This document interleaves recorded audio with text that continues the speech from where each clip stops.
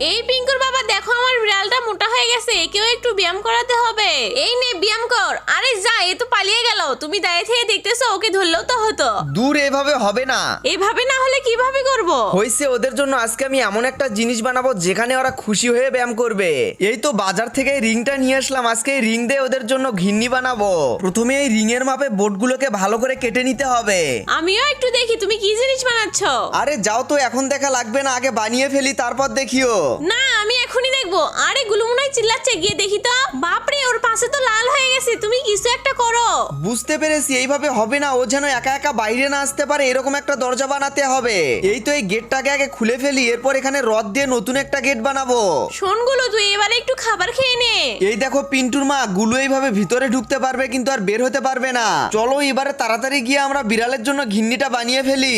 এই তো এই কাঠের উপরে ঘিন্নিটাকে বসিয়ে দিলাম, দেখো তো পিন্টুর মা কেমন হলো। আচ্ছা আমি একটু পরীক্ষা করে দেখি। বাপরে, পড়ে গেলাম তো, উঠতে পারছি না। আমি এখানে আর বসবো না।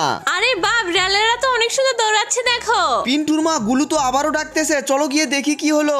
সর্বনাশ, দেখো এরা দুইজন কেমন দুষ্টামো করতেছে। বন্ধুরা, তোমরা ভিডিওতে লাইক করে চ্যানেলটি সাবস্ক্রাইব করে দাও।